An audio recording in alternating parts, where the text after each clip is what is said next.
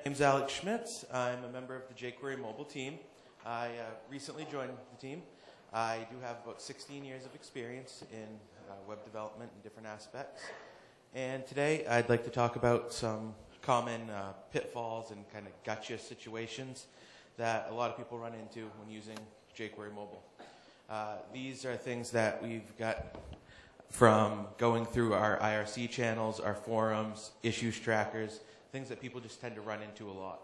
And so today I'd like to go over some of those and hopefully help you avoid them. jQuery mobile can help you make really great, fully featured mobile websites and apps that are seriously cross-platform with HTML5. We strive to turn a sea of different browsers into a consistent experience. We have over 70 test devices on all different platforms currently. So we really help try to support everything that's out there right now. It's not always going to be sunshine and rainbows, though, when you're developing. There's always going to be stumbling blocks and pitfalls that you run into.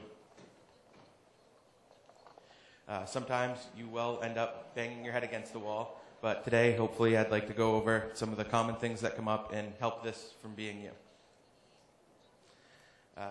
When simple things that you've done many, many times before just stop working, it can be really, really frustrating.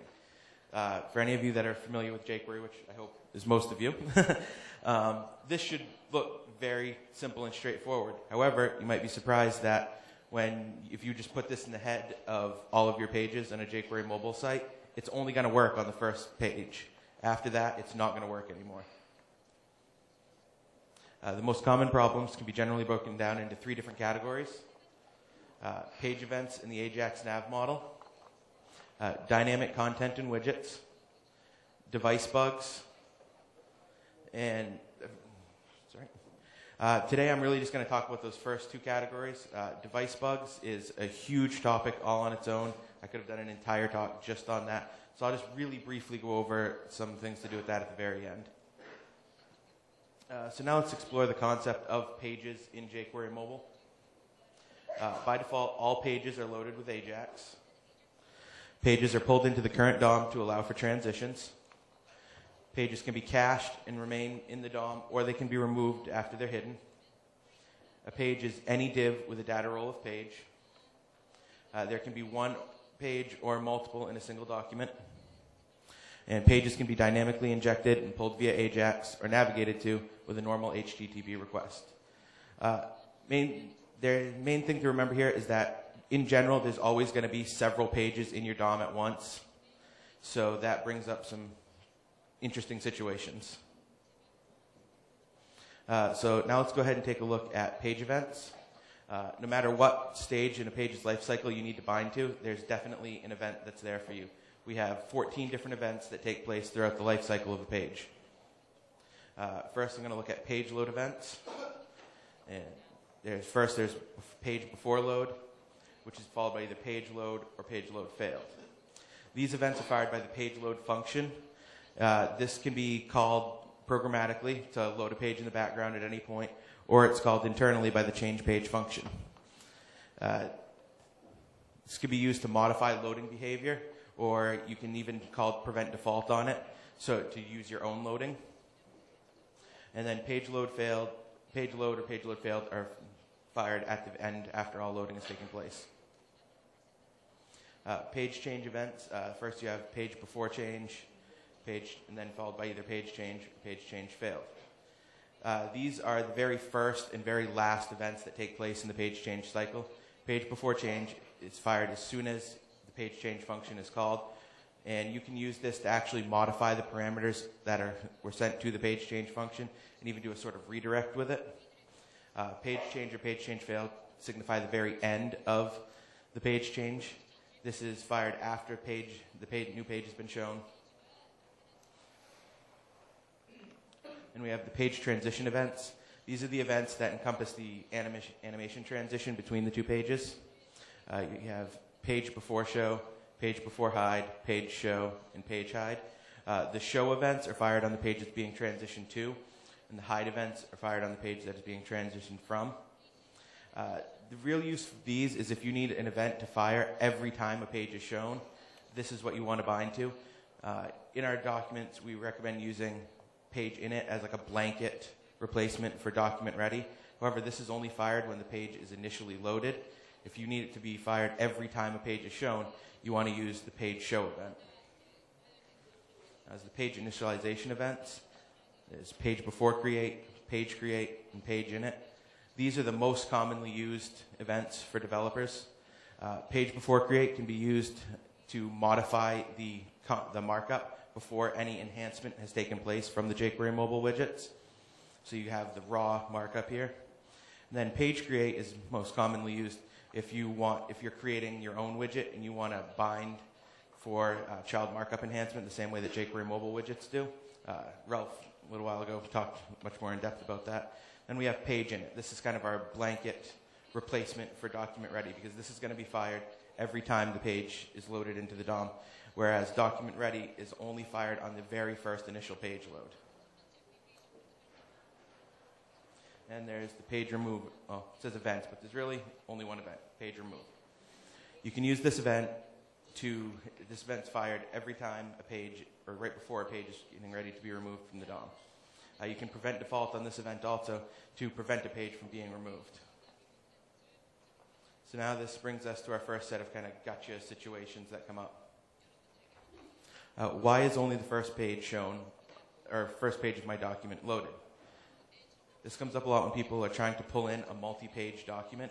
Unfortunately, we don't support that in jQuery Mobile currently. We only support pulling in single-page documents via Ajax. There is, however, a plugin that's available for this. You can follow the link there, and that will get that plugin for you. I'm trying to pass query params to a page, and it's not working. Unfortunately, this is another thing that we just don't support right now in jQuery Mobile, and that's because the data URL is only set the first time the page is loaded, and it's not updated after that. And it would also interfere with our subpage hashes. There are, however, 3 different plugins currently available to get past this. Those are all available in the resources section on the jQuery Mobile website. I'm trying to pass information via the hash. Again, it's not working. This is because jQuery Mobile monitors the hash and uses changes to location.hash for tracking history and navigation. So anything that you do to change the hash or modify it is going to interfere with our internal tracking and navigation. I'm trying to use the application cache, and it's not working. There is a workaround for this, and it's because some browsers return a status of 0. This causes error handlers to be triggered in jQuery's Ajax function. This Ajax Prefilter can fix that for you. However, one important note on this is that the way this works is it sets isLocal for all Ajax requests, whether or not they are in the manifest. This currently works because isLocal is only checked as long as the cache is valid and it returns a status of 0. So if it's not cached, it won't affect it. This may, however, change in the future, which will break applications using this workaround. The nav is acting erratically. This is kind of a general thing, but one of the common things that really comes up with this has to do with the PushState plugin. And if you're having a lot of problems, we recommend that one of the first things you do is to try to disable this. And this is because of the PopState event is implemented very differently in different browsers. In fact, in some browsers, when you navigate back, it can pop the wrong state or even pop state on the completely different document than what you're trying to go to. And there's really nothing we can do about this. Following a deep link, which is a link that scrolls to an ID, doesn't work. Because anytime we see a link to an ID, we assume that's an internal page, and we try to navigate to it. Workaround for this is a little simple function here that uses silent scroll, which scrolls to a position on the page, and we just calculate an offset of that and scroll to it. There is, however, a big problem with this in Android 2.3 and iOS 5, and I'll kind of go into that later, but basically, with position fixed, if you scroll programmatically, it's going to cause a lot of problems.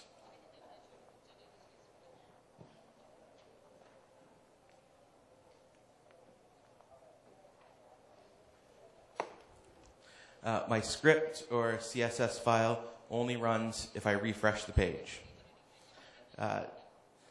This is because when we load pages with Ajax, we only pull in the actual page container div, the div with a data role of page. We don't pull in anything from the head besides the title attribute just to update that. There are several ways to work around this, of course. The simplest is to just place all of your CSS specific scripts or your page specific scripts or CSS inside your page div. We really don't recommend this, though. It's really not good practice to put scripts in the body of your page, but for some situations it can work for you. Your other option is to try to refactor a little bit. And there's two different main ways that you can go about doing this. The first is to load your scripts dynamically. When the page is called, you can bind to your pageinit function and use jQuery's built-in get script. And that will load the script in for you at that time, and then you can use the callback to execute anything that you need. The other option is to load all the scripts or CSS that you need in your first initial page load in the head of your page. This is really what we recommend, and that's because it will make it so that no matter how you get to a page, whether you navigate there with an Ajax request, whether you load directly via HTTP, or via an HTTP request, or if you link directly to a page, no matter what, everything is going to be there and it's going to work correctly. Which is important, especially with mobile websites, where you don't know how the person got there exactly. They could have copied a link or got a result out of Google that went directly there versus loading what you intend to be your first page. Here's one that a lot of people run into that you don't necessarily think of. Everyone knows that your IDs have to be unique on every page. But with jQuery Mobile, because you have multiple pages in the DOM at the same time, now your IDs need to be unique throughout your entire site or app that you're building. Because two pages, if you have an ID on two separate pages that's the same, those might still be in the DOM at the same time. So now let's move on to our second category of potential problems, which is dynamic content and widgets. This is the #1 area that people run into trouble with. There's a lot of stumbling blocks here. And that's mainly because almost everything in jQuery Mobile is technically dynamic content. So what I want to do is just define what we mean by dynamic content. Dynamic content is content that is generated at the time of access by a user that changes as a result of interaction with the user. And by this definition, almost everything in jQuery Mobile is dynamic. A page loaded with Ajax, an enhanced form element, a filtered list view, a pop-up, or any content that you inject into a page or manipulate via Ajax is dynamic. A few good things to remember when you're working with jQuery Mobile widgets. All jQuery Mobile enhanced form elements are based on widgets. Most widgets in jQuery Mobile enhance the markup. jQuery Mobile widgets are based on the jQuery UI widget factory. All jQuery Mobile widgets inherit from the mobile base widget. And jQuery Mobile has 20 built-in widgets currently. These include things like text inputs, list views, fixed toolbars, and buttons. So now let's go ahead and look at a few form-related issues that could leave you running in circles. I changed the styling on my button, select, etc., but it has no effect. That's often because the element that you added is not the element that you're actually looking at on the page.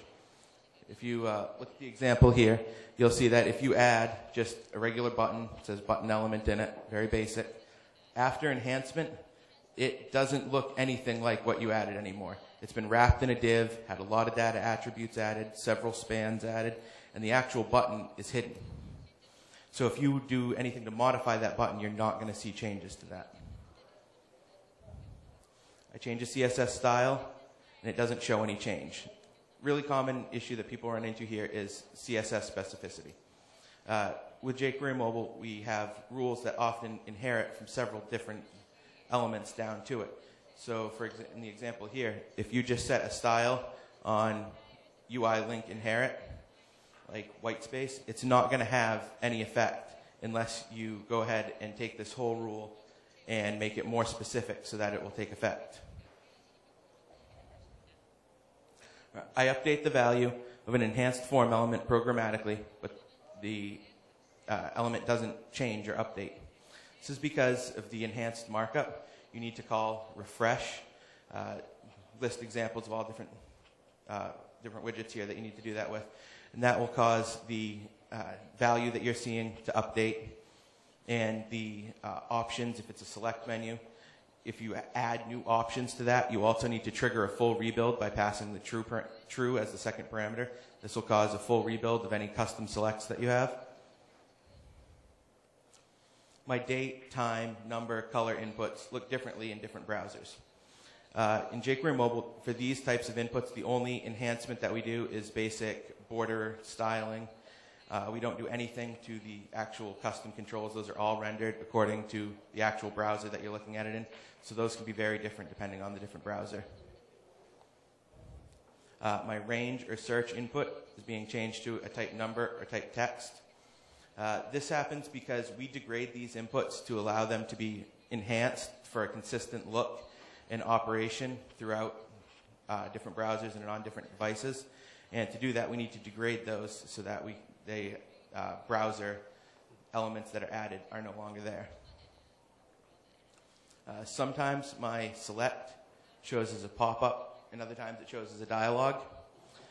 This has to do with the amount of available space on the page, and the number of options that you have. If this space allows, we'll go ahead and show that as a pop-up. But if you have a really long list, we'll show that as a dialog. That's because scrolling with a pop-up can be really awkward depending on positioning and things like that. But with a dialog, it's a new page, so you can easily scroll that, and it makes it much less awkward for the users.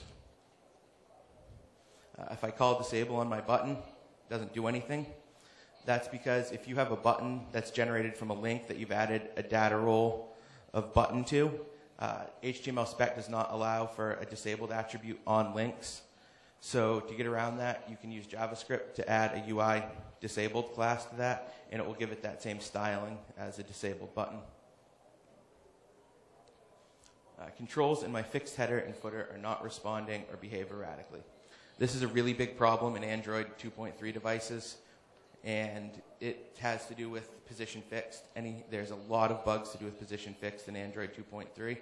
I'll go into that a little bit later, but just be very wary if you're going to use form elements with a position fixed element that you test a lot if you plan on supporting Android. So now let's go ahead and move on to some more general dynamic content problems that people run into. I'm injecting HTML into a page, but it's not being enhanced. This is because when you inject new markup into a page, we have no way of knowing that you've injected that in, so you have to go ahead and trigger create on the container so that we know to go ahead and look in there and look for anything that you've added and enhance that.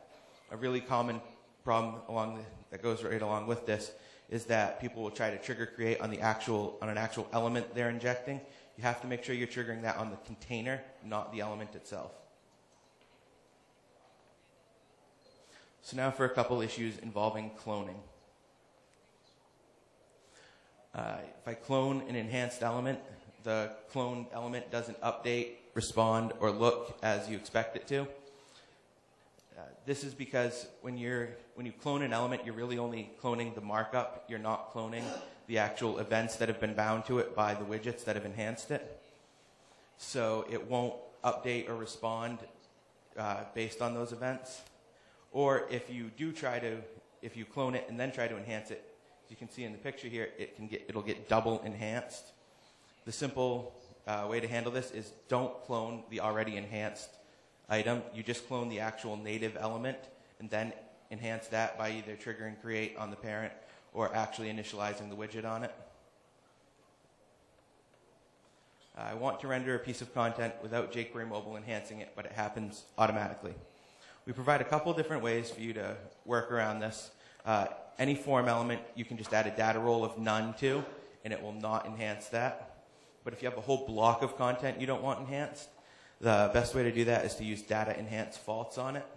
However, if you do this, you need to make sure that in your initialization, you set up the option for ignore content enabled and set that to true. The reason why we don't have this on by default is it's a very costly operation in terms of processing, because every time we see element that's to be enhanced, we have to go through the entire DOM of every parent element to see if it has data enhance fault set on it. The defaults I configure are being ignored. This is a really important one. When you are trying to set defaults, you need to make sure that they're done in the right order. Those need to be placed after you load the jQuery core script, but before you load the jQuery mobile script. If they're anywhere else, they will not take effect. So now I'd like to move on to the last section, which I'm just going to go over really briefly, which is device bugs. These are some really nasty looking bugs. They are really, really troublesome because they make very, very little sense and are really hard, if not impossible in some situations, to fix. The best place to get a good overview of device bugs is the DeviceBucks project. It's a repo on GitHub that's maintained by Scott G. Hell, one of our key mobile team members. And this is a really interesting place to look if device bugs interest you at all. There are some really crazy things in there. So I'm just going to go over my two favorite device-specific issues, ones that I've worked on or that are just really interesting ones. First one is position fixed elements become non-responsive after a programmatic scroll in iOS 5 or Android 2.3. I mentioned this one a little bit earlier, but what's going on with this bug is if you scroll programmatically using scroll to or even following a deep link that scrolls the page and you have position fixed elements, though those elements will stay fixed on the screen where you see them, they'd never actually update if you check their offset from the viewport. So if you try to click on something in there, like a button, the button that you're clicking on isn't even there. If there's something under it, it'll click right through to that. And this is a big problem for anyone trying to support Android because Android 2.3 still has about an 80% adoption rate on Android devices. And right now in jQuery Mobile, we don't support deep linking. And so that causes a program. So if you use programmatic scroll, that's going to be a problem. We are, however, with version 1.3, hoping to support deep linking with our new nav model that we're coming out with. And so this bug became a bit more of an issue for us. And thankfully, just last week, we finally found a fix for this. And so starting in version 1.3, this will not be a problem in jQuery Mobile.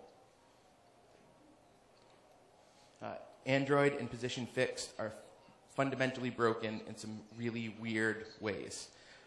Like, for example, if anywhere on a page you have an empty absolute position element that is inside a fixed position element, nothing in Android 2.3, no form controls on your entire page will respond.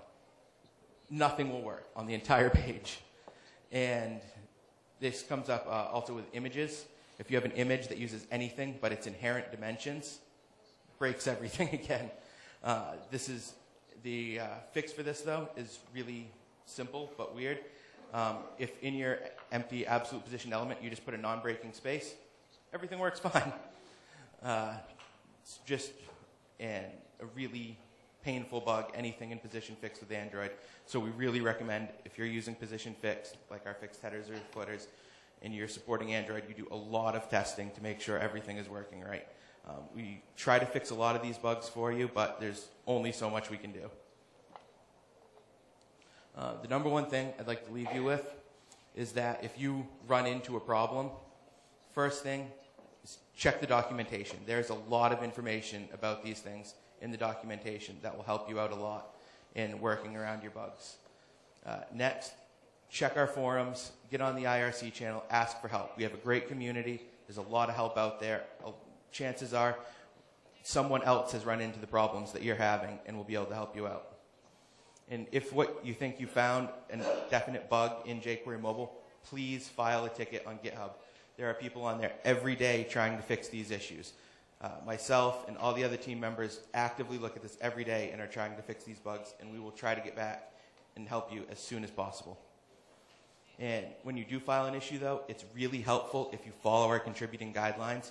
You'll get a much quicker response if you go ahead and make us a JS bin, follow our guidelines. It will help out a lot, and you'll get a much quicker response.